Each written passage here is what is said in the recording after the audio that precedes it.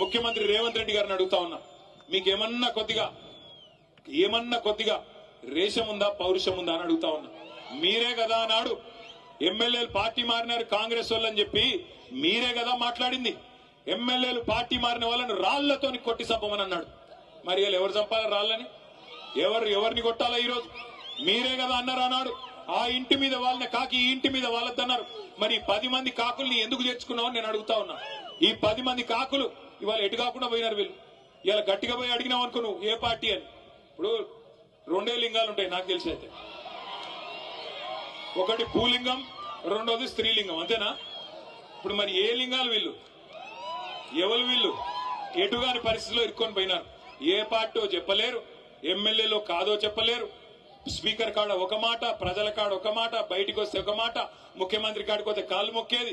గిందుక మిమ్మల్ని గెలిపించింది. తప్పకుండా అందుకే గద్వాల చైతన్యం ఉన్న ప్రాంతం, తప్పకుండా మీ చైతన్యాన్ని చూపెట్టాలి.